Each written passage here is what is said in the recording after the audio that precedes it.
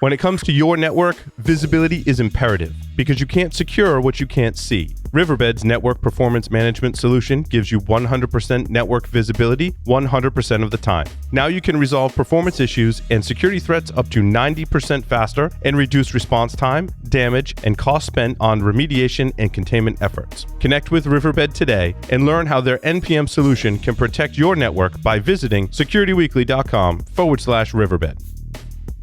SOC analysts are often overworked and underappreciated. In fact, 78% say that working in the SOC is very painful. Yikes. Devo recently celebrated the first ever SOC Analyst Appreciation Day to pay some long overdue kudos to you and encourage organizations to improve SOC analyst job satisfaction and mental well-being.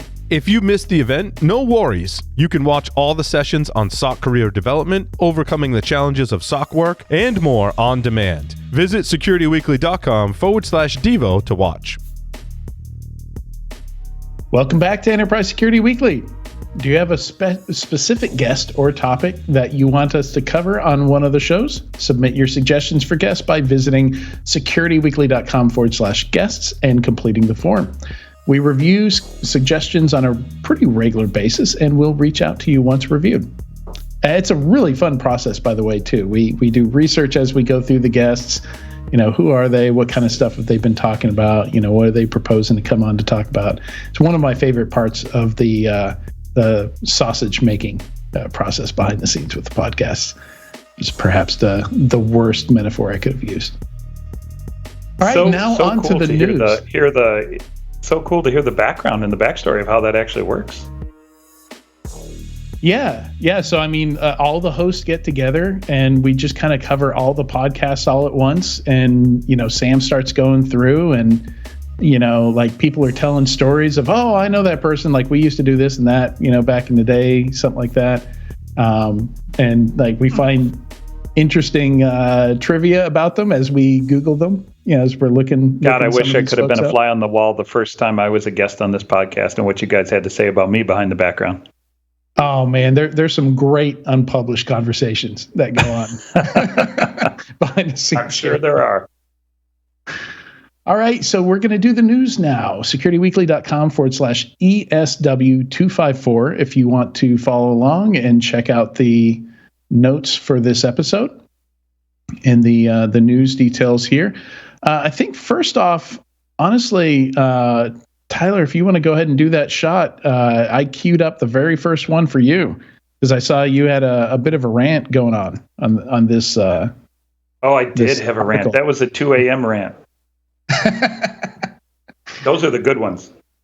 Yeah, I was awake, queuing that up for the news segment today when you were posting that. Yeah, I have a tendency. I have no inability to sleep through the night. I literally cannot remember the last time I slept all the way through the night. So usually between 2 and 3 a.m. is when I catch up on all my emails, do all my Twitter rants and all that good stuff. And this one caught my eye. It's The Art of VC Startup Valuations is a Forgery. It's the first one in the trends. And what particularly caught my eye is there's a couple of paragraphs in the middle. I'm trying to find the actual paragraphs that I quoted here. Here, the dominant valuation technique. Basically, what they're saying is that much like real estate, venture capitalists look towards other companies in a similar vein as the company they're considering doing and investing in, kind of like a comp in real estate, right? Where you get a comp in your neighborhood, right? And they use those to determine what you might want to value this company at, amongst other techniques, right? This is one of many techniques, but they end up getting a multiple on a comp and saying, hey, we're then going to apply these multiples to projections of future revenues and then back that into the company we're trying to value now. And the reality is that they're using publicly traded companies as comps. And in the last 3 months, and I'm predicting personally in the next 6 months, those comps are going to compress.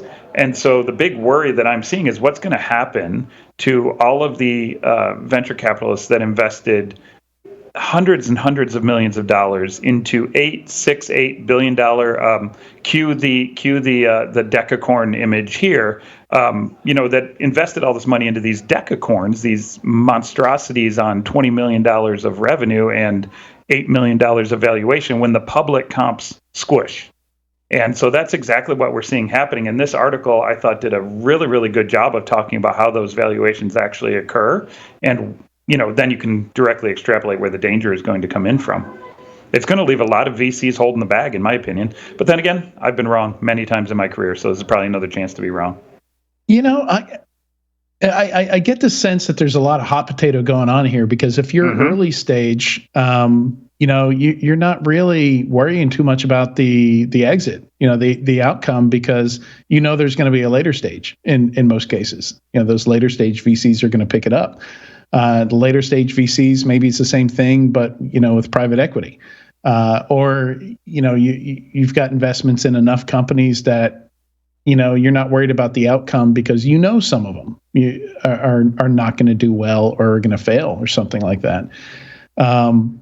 So it just doesn't seem like there's a whole lot of I don't know if the word isn't responsibility, but you see what I'm saying, Tyler? I agree. I think there's a little bit of a passing the buck going on here, and it's a little bit of a circumventive game, because the pre-seed companies, maybe they're not worried too much about it. The seed companies are thinking first stage, Series A, and Series A is thinking Series B. Except I think there's one caveat with a lot of companies, Adrian, and that's there are a certain number of cybersecurity vendors that are in this thinking way more heavily about the exit than they are about the product.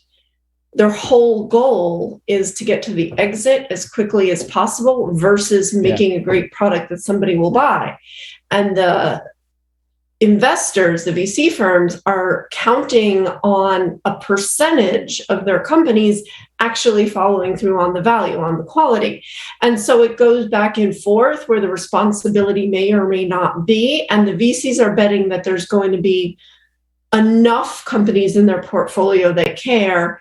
And the vendor companies are hoping that they can get enough venture capital interest at any stage, not all stages, but any stage, because some of them want to go the distance. They want to get acquired, want to IPO, want to build a great product. But others are hoping that after their Series A or maybe Series B, they get snatched up for a lot of money, exit, maybe go do something else in security, maybe sit on a yacht somewhere. So I think we saw that. We saw, we can name examples of that, right? I think most of us can, and the one that I'll mention by name, because we actually talked about it on the news a couple months ago, is Darktrace, where almost overnight we saw half of their valuation vanish, when an analyst report came out on them. The interesting thing here to think about, though, is who's left holding the bag, right? So you get this investor hot potato happening where, seed hands to A, hands to B. Sometimes these seed A, B guys and gals are jumping out, right? And selling their shares off before it gets to those later stages. Sometimes they remain holding the bag. But who really gets burned here, if you think about it? Anybody who comes in super early in one of these companies has some shares at pennies, right? But if you raise your A round at 200 or 500 million valuation and your B round at 1.5 billion, and all that happens within 18 months, like a couple of recent cybersecurity companies have announced, right? We're a $1.8 billion valuation company in 18 months, from 0 to 1.8 billion. You cannot have possibly hired enough employees to deliver on that value. So then you start hiring like crazy. Well, guess what? All those employees come in at a strike price against the $1.8 billion valuation. So they don't make any money on their options unless it drastically goes up from a $1.8 billion valuation, which recently a few companies have demonstrated it is possible. But, I don't think I'd want to get into the game that late in some of these startups. So I think it'll end up hurting their hiring if the actual employees get smart about how equity works.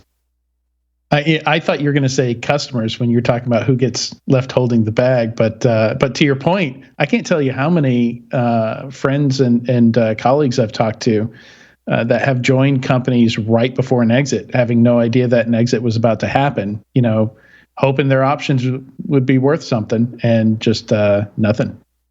And they might make a little pop. How many companies are, promising these big payouts? Oh, join us early. And then 3-6 months into it, employees realize that it's vaporware.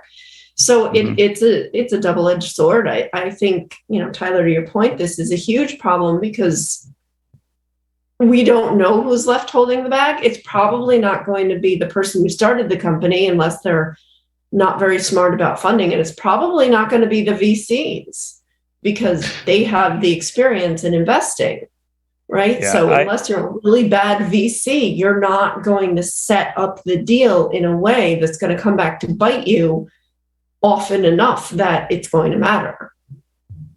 Yeah, and here's the thing. I mean, out of a typical venture capital fund, they need maybe 1 or 2 of those invested companies to exit at a very large IPO style exit. 1 or 2 out of 20, 30, 50, whatever they do out of that fund.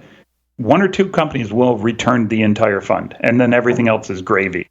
So for them, they don't really care about the vast majority of companies that they invest in. They want them to fail as fast as humanly possible, burn through the cash, say, hey, this one's going to make it or not, and then we move on from it, right?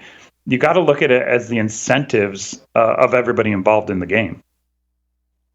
Well, I mean, and the incentive that I'm seeing missing here is the incentive to make a good product. There's just none of that really matters as long as you can pass the buck off to somebody else and get rich doing it. Yeah, as long as you don't churn through the entire market that you can target with your product. Like, a lot of churn is fine. Like as long as you can get to that exit and not churn through everybody, you can keep those sales numbers where they need to be. But anyways, I would recommend to everybody that's interested in how VC works to go ahead and take a look at The Art of VC Startup Valuations is a Forgery. I think it's a really good read. I really enjoyed that read. I'm glad you grabbed it, Adrian. Yeah, no, it's given all we've been covering here in the last quarter, I think it was perfect timing, both for that to be written and to cover it. Yeah. And here, not that I want to chuck Noname Security under the bus, but the transition's too good to ignore. Go for it. Title on the next one is Noname Security achieves unicorn status 1 year after exiting stealth. So 12 months after exiting stealth, they are now valued at $1 billion, $1 billion company. With a name, no name. Yeah, with the name Noname, that's true. But in the article, it says Noname said in the 12 months since launch that it increased customer count and revenue growth by 400% each quarter. That's pretty impressive, but it always depends on where you started. If you're starting from zero, launching from stealth at 0, 400% a quarter growth may or may not be a big number. But then they got to $1 billion valuation in 12 months. My question is, why are they sticking around? Why not just take a massive exit and leave? And I've talked to some founders, and they often do have that option right at kind of the in between the Series B and the Series C. And I think, I don't know if it's the influence from the investment side of the house, but oftentimes they think they can do more. They want to continue building the product. And I think part of the fear from the founders is if they take that exit, like if they are passionate about building the product, and oftentimes that's the main incentive when you come across a really good product. It's not because there's any kind of financial incentive. It's because the founders, whoever's leading that company, was just really dead set on making a good product that solved a problem. And I think that's part of the reason we don't see some exits at this time. I will chuck another little bit of data in there. I think you're right on all counts, right? And I call it the delusional founder syndrome, right? There's plenty of delusional founders out there that think their companies are worth $10 billion, and they will never be, but yet they seem to think it could be. But the other reason why a lot of them don't exit is they can't. And what I mean by that is if you've got $10 million in revenue, there's no corporate development person, division, or company or group inside of a big acquirer that can afford a multi-billion-dollar acquisition. There's not a single one out there that's going to look at a $10 million run rate and a $2 billion acquisition cost and go, hey, that makes sense financially. I'll buy that company. And so they just can't get out. They can't exit. They can't exit the company. They are literally stuck on that treadmill, running it for another 5, 10, 15 years until hopefully the compounding growth of revenue can get them to the point where they can exit. There's a lot of cases where we've seen acquisitions with zero or near zero revenue, though. Not at multiple billions, though. No, not at that size. Yeah. I'm trying to remember what Elastica got acquired for by Blue Coat. But right before Symantec acquired Blue Coat, they filed their S1. And I don't know if that was like a tactic to get acquired, but because they filed their S1, we were able to see their last two acquisitions. I think I forget the name of the other one. One was a tokenization startup, and then Elastica was a CASB.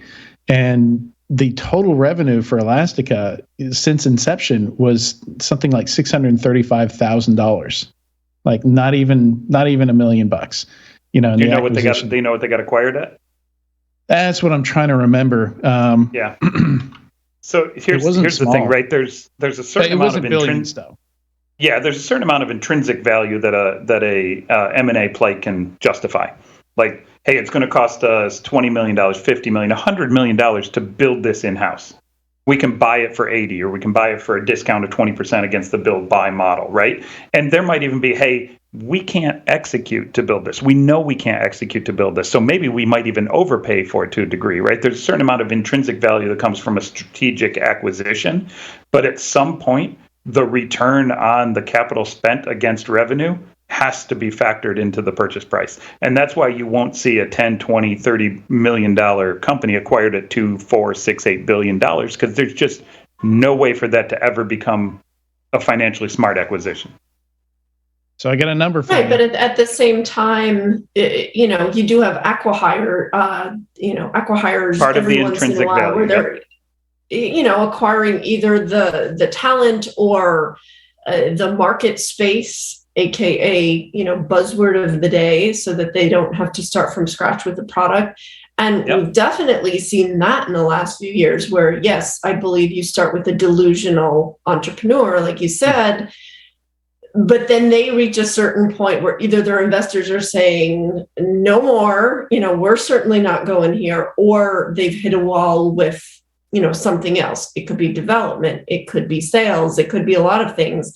And some other bigger company says, hey, this is just a whole heck of a lot easier. No, they're not getting those huge acquisition prices. Right. But they're still getting acquired enough to cover their costs for the original founders to make at least a few $100,000 each. And, that's better than a kick in the pants. It is better than a kick in the pants, no doubt about it. And again, I am not throwing Noname under the bus here that this is happening to them. I have no idea. They might have hundreds of millions of revenue, right? I don't know. So I can't say for sure. But, 12 months to unicorn status is just crazy. It's mind-boggling, yes. Yep. Yeah, so 280 million was Elastica with just a bit over $500,000 in revenue. Yeah, so it's a strategic play and a big one. Like that, I would say is like, wow, that's a big strategic acquisition against revenue, right? Because it's hard to justify the dollar side of that. But hey, maybe it would cost them $200 million to build it. And, exactly as Katie said, maybe there's another 20 million or 50 million or whatever we can model into the acquisition against hiring, right? There's lots of different ways you can justify that strategic acquisition, but I promise you there will not be another zero put on the size of that. Right. Of course. All right. Let's see what else we have here. Hermetic. I don't know much about Hermetic. This is, I looked up most of our stories for today. Did not get to this one, but I got $70 million Series B. Okay, go for it. Yeah, I read this one. It's just like every other company that seems to be coming out now. It's an aggregator of cloud infrastructure information. So there's a CSPM component at the core of it, just like every other company. But this one, Hermetic, focuses on identity access management, cloud infrastructure based technology, right? So understanding misconfigurations, permissions errors, cross between CSPM and I believe like a CIEM technology type provider. Yeah, I had the opportunity to work with them at my last company, and good people. It was early stage, but it seemed to be solid tech. They had a very strong vision for where they wanted to go. So kudos to them. They haven't been at it super long. Again, we're seeing a very fast ramp here, but certainly kudos to them on everything that they've done. Yeah, they were founded in 2019, which means they're at least worth $8 billion today, right? Tyler, stop. No, it looks really cool. It's checking it out looks like a pretty important piece of Zero Trust, because Zero Trust really starts with the identity and who has access to what in the corporate environment. And it looks like part of what they do is, that they'll tell you, hey, these 5 developers have access to S3 buckets. Never, ever touch them. It looks like they probably don't need that access. So, why don't we go ahead and take that away? You can always give it back if it's a problem, which I think is cool. We don't have enough of that. Yeah, and I'm only kidding about an $8 billion valuation for Hermetic. I didn't actually look at the valuation amount, but good for them. I like the market. I like the space. There's some competitors in the space that I find very intriguing and interesting, and they're not direct competitors, some analog competitors. So it's another Israeli company too. I don't know if you caught that piece of it too. It's I believe they're Israeli based anyways. Yes. Glalat Capital is involved, and which is typically an Israeli investment company. So yeah, total of 100 million in funding to date. So heck, they might be a $1 billion company. They did not share the valuation. They kept that private. You know what? Then I promise you they're not a $1 billion company, or they would have shared it. Absolutely, they would have. So, by not sharing it, they have kind of shared, something about it. The next one is Israeli as well. At least most of the team. And an Insight Partners firm. Yeah. Oh, yep. Another Insight. That's right. Yeah, yep. Insight, Greylock, Index Ventures, CyberStarts. So ex-Microsoft folks, 2 of the founders are from IoT security, one from Armis, one from Clarity. But they've got a $50 million Series A and also a $10 million seed that was just made public along with the Series A. It looks like another CSPM play. Yeah, because there's not enough of these in market right now. I mean, when you see that much money being raised, by Wix and Lacework and Orca and all of them, it's kind of hard to argue. Well, I've been saying all along, CSPM is not a market. It's no longer an isolated market. Yeah. CSPM is a subset of 10 other markets, right? It's the fundamental collection of asset data that allows you to deliver on some kind of value. And when CSPM is a function of every other market on the market, CSPM is no longer an isolated market. So where's it going? Though? Well, what is CSPM? CSPM is a collection of information about your cloud assets, everything's going on in the cloud, looking at configuration management and hygiene, right?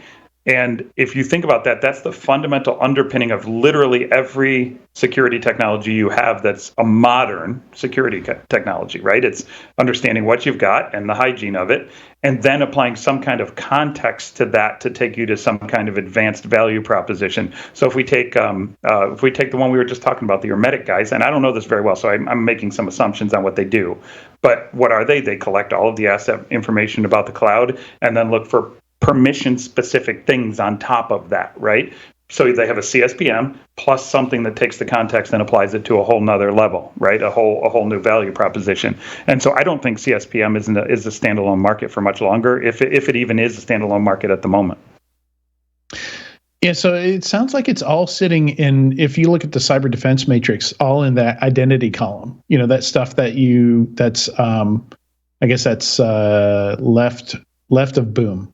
So all the preparation you do, vulnerability management is there, asset management, configuration management, making sure that you're not making any egregious mistakes. Sounds like what most of this CSPM stuff is doing. Yeah, and you won't get a complaint out of me specifically about that, because that's what Jupiter One does, and I'm going to guess you won't get a complaint out of Katie either, because her company Exonius, I believe, does very similar value proposition. So, we believe in the value around that, but CSPM as an isolated function, I think, doesn't truly exist any longer. I was going to jokingly say to you, Tyler, so does everything, instead of rolling up to XDR, it rolls up to asset management? I mean, that would serve us well, right? So 100%. This was some of the stuff that I was thinking about when we were talking to Scott Crawford and why I don't like XDR, although I didn't want to say it because I didn't want to put Scott on the spot. I don't think XDR is the right market longer term. I think asset management is the fundamental underpinning of cybersecurity, of every type of cybersecurity. I agree. That's why we are where we are, right? Right. And I have certain color glasses, as do you, Katie, right? We're biased, no doubt. But to me, quite XDR... literally, yes. Yeah. An extension of taking endpoint and turning that into the central management system doesn't resonate with me. Taking asset connections and asset management and making that the central management point of security 100% resonates with me. I can't disagree. I'm sure you can. Yeah. But CSPM, it's a niche, and once again, like when we were talking to Scott, I think it's on its way out, but it's a little buzzworthy. Nobody talks cloud security in a vacuum anymore, or if they do, they're highly mistaken, I believe. But it's going to hang around for a while because there are still budget line items available for it. I'll tell you what, I could talk about this for days and days, and I won't because I could kill this entire segment on this topic, but specifically the merging of what's happening in cloud security offerings, and I put that in air quotes because there's so many different definitions of that, is going to be the most interesting thing to watch in the next 3 to 5 years when it comes to the security marketplace. I tell you what, next time we have a cancellation, we'll do a segment. We'll fill it with a segment on asset management, because that's probably the most common advisory calls that I do over at IONS when I do these Ask the Expert calls is asset management. And I don't think I've ever really talked to either of you about my thoughts, how I see the segment. So I think that would be interesting. Yeah, I'm gonna lob in a call to IONS right now and set up a time so that I can query you on that topic. Oh, you're a customer? No, I'm a faculty as well. I just wanted to be a smartass. Yeah, I know. Little name dropping going on, Tyler. Have another shot. You got it. Consider it done. Here you go. This is for you. All right. Self-serving comments aside, moving on. I love it. LogMeIn spins out Lastpass. Why do you think they did that? I'm assuming because they're not a security company and it's a security product, but I don't really know. So, Adrian, I don't really care about this topic. Let's go back to cloud security real quick. No, I'm just kidding. All right, moving on. Log4Shell. We don't have to spend a lot of time on it. There's other stuff we could spend more time on here. I was totally joking. It's a footnote. I'm not super interested in it. I'm kind of more interested in how 1Password got pulled into this, this other, I guess it's like a PE shop, that also owns a bunch of other consumer security stuff. And like Jerry Katzenberg is behind it somehow. Mm. Really weird stuff going on with password. Do you know who owns LogMeIn? Is that a PE I do not. Shop? Yeah, I do not. I'm just curious if we could. I don't know. I don't think we can tease out in the 3 seconds we have between topics here. We can tease out the real why here. On December 17th, 2019, LogMeIn announced an agreement to be sold for $4.3 billion with a B to Francisco Partners and Evergreen Coast Capital Corp. Francisco, okay. Yeah, I was going to fathom a guess that it was PE held. And so likely what you're seeing here is them looking at the potential for growth in each of those segments, and then the potential for sale, and just saying, hey, let's just mark this thing up as X number of forward-looking revenue multiple and spin it out because we don't think it's something that we can improve the efficiency and efficacy on, and cut that from the bigger storyline, which is the entire corporate enterprise side of LogMeIn. And so that's probably what's happening. All right. Let's see. I'm not sure if we should skip. You know what? Let's skip Log4Shell for now, because I'm sure everybody's sick of it at this point. And I did include the AWS outage, the original AWS East outage, not to be confused with this week's West outage in Oregon. Well, I think before we skip it, Adrian, I don't know, Johnny, super producer Johnny. I vaguely heard a rumor that we know who the original author of Log4Shell is. Do you know who that is, Johnny? Hopefully in the next few minutes. I don't know if he has it at his fingertips, but in the next few minutes. Look at that. It's Adrian Sanabria, creator of Log4Shell. See that? See, it says it right there in the lower third. I had heard rumors that Adrian was the dirty guy that created Log4Shell, but there you go. We can skip it now that we've got that out in the open, Adrian. All right. He didn't seem to have a lot of details when he was writing about this and talking about it. It's suspicious. And honestly, Katie, we know he's not that smart. So we know he doesn't have those details on his own. Man, just layering it on. I kid, Adrian, because we love you, man. I kid because we love you. Yeah, so I'm actually putting together a blog post on the whole Log4Shell thing, and just as a teaser for that, actually connecting it to Equifax, because I think the Struts 2 vulnerability, very similar situation. It's a Java library. People had a hard time finding it in their environments. Equifax was one of those companies, and famously, got hit really hard. And thankfully, we've got all the details of that, so we know all the things that went wrong with Equifax. But I feel like that was a missed opportunity. The Struts 2 and Struts 2 wasn't nearly as widely used as Log4j is. But it's going to be kind of the topic of my blog post, and how I think we need to improve in how we learn and react from other companies' failures to improve our own.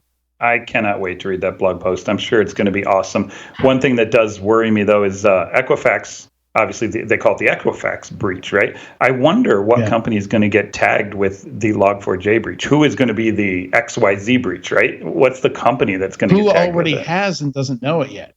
Right, that's my point. Somebody's going to get tagged with it, just like Equifax got tagged with it. Yeah, I mean, the average breach, so it's funny. I was doing a bit with security researcher, not Security Weekly related, different thing, other side of CRA. And one of the findings in their latest threat report was that the dwell time had gone way down. But the reason that it did is because, now everything's ransomware, so they want to get paid. So the dwell time has gone down to when the attacker chooses to tell you you've been hacked. So either that or short. Like in the Log4Shell example, 7,000 companies are affected in the first 10 minutes. So somebody's going to notice. It's generally like 3 to 14 days. Like they don't need a ton of time. It's, how long did your last pen test take? That's pretty much the amount of time it's going to take a ransomware crew to get in, pivot around, position whatever they need to. And then one of the other trends there is wipers. Like we're in the middle of a supply chain shortage for all kind of computing related products. Imagine a ransomware crew not threatening to encrypt your data, not threatening to delete your data, but threatening to brick your systems to actually damage the firmware in such a way that you have to physically replace 1,000 MacBooks. Can you order 1,000 new Dell servers? Like physically replace these things in the midst of this shortage? Well, thanks for giving the attackers a great new vector. Yeah, well done. No, it was already there. It was already there. I'm not the first to say this. Don't blame me. It's not me. No, we want to blame you. We want to. All right, moving on. So that's my bit on Log4Shell. Look for that post. It's probably get it out sometime tomorrow, and it'll be published on SE Magazine most likely .com. All right, let's see. So the reports, the Cisco Secure Outcomes study. Love these reports. This is part 2 of a series of reports that Scientia Institute is behind and funded by Cisco. And, entirely, basically threw the money at Scientia Labs and said, find out how security activities correlate to positive outcomes. That was the task, and they did amazing work here. I recommend reading both of those reports. Really interesting insights coming out of that. Like my favorite insight, I won't spoil part 2, but favorite insight that came out of part 1 is that the most highly correlated activity with positive security outcomes was proactive tech refresh. So not even something you'd associate with security, is just an IT thing. Just like get rid of those old systems. Seems like a no-brainer, but it's really cool to see some actual research and science done on that. Yeah, Scientia does great work. I haven't read the report, but I have no doubt that there are some interesting and juicy takeaways. Well, I'd say science. It's survey-based stuff. Go ahead, Tyler. Well, I was just going to say I spent about 4 full days prepping for today's episode, so I didn't have enough time to read that. Yeah, it's the reports are a big read. I've got a long queue that I'm going to try and get through while we're on Christmas break. Probably won't. I'll probably play video games or something with my kids. Yeah, that's okay. I didn't Minecraft? actually. By 4 days, I meant about 4 minutes of prep, just to be clear. Yeah, I'll be on Halo Infinite with my friends and kids. I love it. Yeah, so standards. No, I don't want to skip the trend. Katie, this is one that you queued up. I'll let you take this one, number 9. Yeah, so there was a report that came out, a company called Teleport, that said that 83% of security professionals can't guarantee that ex-employees, now they didn't define ex-employee and break it down by people who left of their own volition and those who were required to leave, but ex-employees, 83% of professionals can't guarantee that these ex-employees are no longer able to access their infrastructure, meaning they don't know who the hell is in their systems and they don't really know where to check or how to check, which is completely baffling. They referred to the Great Resignation. We talked about that with Scott a little bit, with so much turnover. And there's always been a lot of turnover in security. Is that part of the problem? But now we're talking more broadly with security hiring, firing, and leaving. If you don't know who's in your systems and you have no way to audit it, asset management, and you have no way to control it, asset management, what the hell are you doing? This is crazy. I knew it was bad. We all know it's bad, but companies don't have a way to check. It would be one thing, I think, if they said, we don't have enough resources to manage it, but they don't even know. Yep. Yeah. So, I think a lot of people are going to be able to relate with this. I think a lot of employees have probably left a job and noticed maybe a week or a month later, hey, my VPN still works. That's weird. They never cut that off. And a lot of companies just, it goes back to what Shoshana was talking about. There's not a whole lot of really robust processes in a lot of organizations. They just kind of get things done to where things work and stop there. And people kind of sit on their hands. A lot of these low morale companies, nobody takes, people notice. And that's the crazy thing, is that people know that, they haven't really gone through and removed an ex-employee's access to all the things. But there's just not a whole lot of incentive to care or to raise a red flag about it. So they don't. And, that's how they operate. And every now and then you hear about a breach or something like that, where an angry ex-employee, got back in after they were escorted out, went home, VPN'd in, destroyed some data or something like that.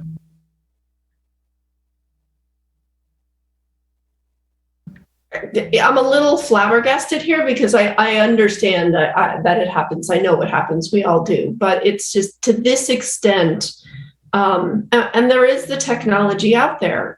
Is it a resource allocation problem? Possibly. Is it a repercussions problem? Possibly. Do people not understand what's going to happen if an ex-employee, either unintentionally or maliciously gets into their systems? I don't know what it is, but it seems awfully, with the amount of technology at hand, it seems awfully negligent not to be able to say, I know who has access and who doesn't. Yeah.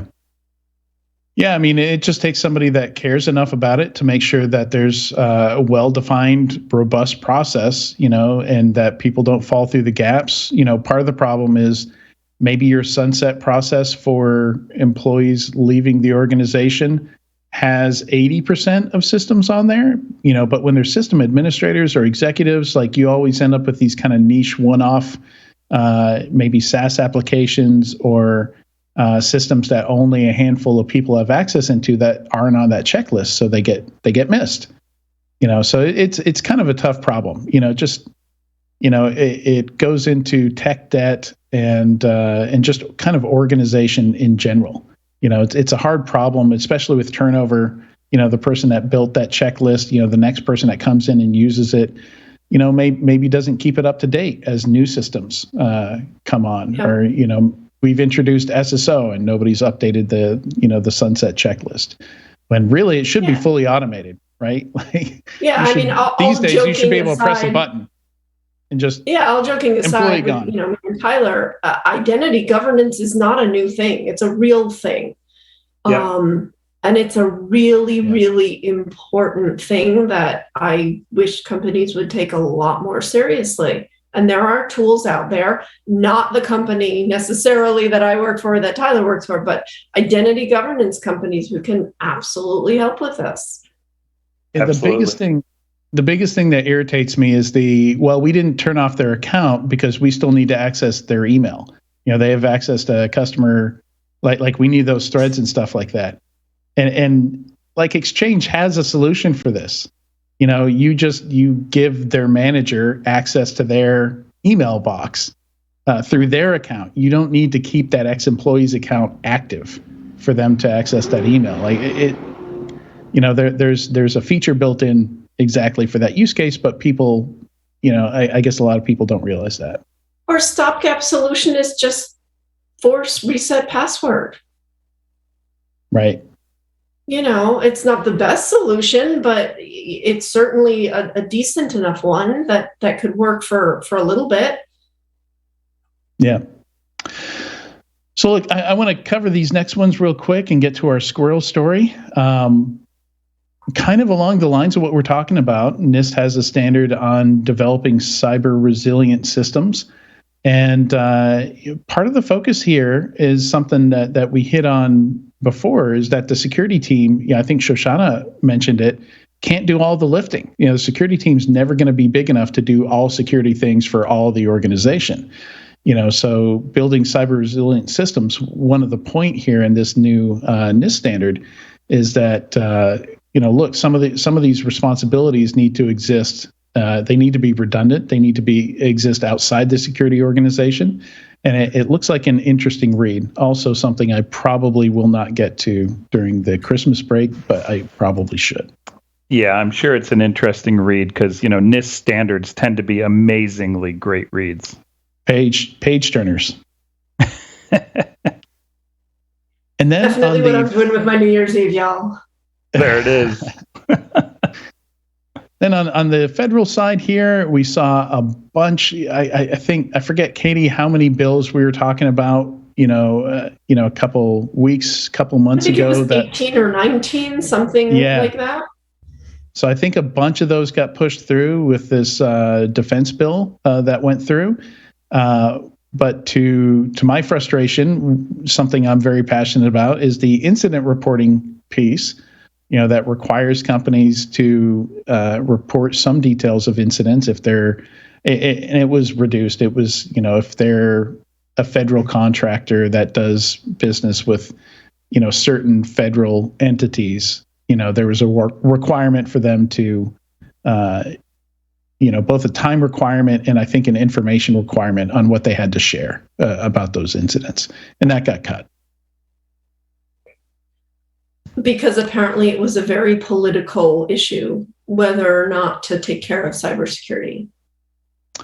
Yeah, I mean, I think it's more of a, don't put a bunch of extra legislation on businesses. Like it's yeah, I don't want to get too much into the politics there. No, we definitely don't want to get too political. I'm holding myself back here, but cybersecurity, to regulate, not to regulate, that may be a discussion for another day and a few more drinks. But I think we certainly want to be doing all we can. I mean, look at what is, not to harp on Log4j and Log4Shell, but look at what's happening when we have these kind of widespread problems. It's not going to get better. Yeah. We need that data. Every other industry that cares about safety gets data when there's failures. And yes, most of it's because human life is involved, or there's some threat of harm to human life. So car crashes, ship collisions, air crashes, all those incident reports are out there for the public, and we learn from them. And they, well, not me, but it helps further safety along. And we don't have that in cybersecurity. We don't know. We've got some idea thanks to some of the threat research done by cybersecurity companies, but mostly those are technical details. They don't get into those process details, and that's part of the reason listeners of this podcast hear me mention Equifax so often, is because that's one of the rare cases where we got the full incident report, and most of those failures were process failures. And none of that is going to come out in a Mandiant report or, some of these more technical reports that focus on the MITRE ATT&CK framework. There's no column on the MITRE ATT&CK framework for your crappy process didn't work because, somebody didn't know how to use the tool correctly. All right. And with that, let's move on to the squirrel story. So today's is a little closer to home. Sometimes they're just complete non sequiturs, but this one's a little bit closer, talking about tech debt. What's the jankiest piece of tech you've seen a company depend on? This is a tweet put out by Brandon Rohrer on Twitter. We've got a link to it in the show notes, and there are some excellent replies to that tweet. I don't even know where to begin. I don't even know where to begin. Like, there's so many good ones here. Like, the developer in me likes this one. So I worked somewhere that the CEO and founder insisted to write code. So the CEO wrote the code. 7 years later, they migrated away from the system he wrote. They printed the source code, which had 4,000 lines of switch cases. The developer in me just throws up on that. Wow. That was a good one. Yeah. Yeah. Yeah, I mean, there's so many stories behind CEOs or founders insisting on doing something that they really shouldn't be doing. I think we all probably have stories about that. Katie, did you have a favorite? I do. I picked 3, but I'll go with the first one. The actuarial department for the workplace division of a very large insurance company relied on an app running on an old desktop under the developer's desk. He had a stack of 3 and always forgot which one was production. Oh, no. I think this is a case where you could put a sticky on it. Yeah, like, do you have a label maker? Literally. Well, you don't even need one. Production, stick it next to the power button there. Yeah, I want to call out a second one, Adrian, if that's okay. Yeah, no, go for it. Go for it. Because this one I thought was really cool because we found this thread on Twitter. And this one said, in the very early days of Twitter, a production-facing service was deployed on a Mac Mini that lived on the floor next to a bunch of random things and cables. Every time someone tripped over the cables, it would disconnect the Mac Mini and the entire service of Twitter would go down. Fun times. Oh, wow. Twitter. I mean, that had to be early days, but still. Yeah, this is one of my favorites among many in here, but I once wrote a Python module that allowed non-engineer staff members to edit a Google Sheet, and then those changes would overwrite the production database. Nice. That's awesome. I wonder if it's still running, is how he ends it. Yeah. And then I actually have one more that I experienced. I didn't actually write this in there. I once was, when I was a kid, I used to dial into the university radio station, and they had the jankiest PBX on the planet because they had all of the 9 phone numbers for the last, if you had 123-1234, they had 123-1231 through 1239 all came into the same PBX that they ran at the university. If you left off the last digit when they said, be caller 10 or whatever, if you left off the last digit, you dialed everything but the last digit and just sat there, it would freeze their PBX so nobody else could dial in. So you would wait 30 to 45 seconds, hit the last number, break through, and you got to win the prize every time. How many times did you win the prize, Tyler? Until they stopped giving them to me because they knew me. Wow. That's janky equipment right there. All right. And as we go out, I think we have a Keanu Reeves tribute for you, Tyler. Oh, we do? Yeah. Wow. Really? Really? Okay. Do you feel bad yet? I mean, no, the guy's sexy. I mean, just look at him. He is beautiful. He's just a horrible actor. I don't know. Bill and Ted's Excellent Adventure is one of the best movies ever. The movies he picks, he's got phenomenal movie picking ability. He's just a crappy actor. Him and Nicolas Cage. There's a Circle K right by my house too, which is so much fun.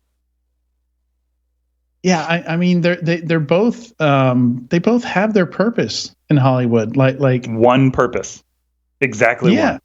What's wrong with that? It's just not The Rock is no different.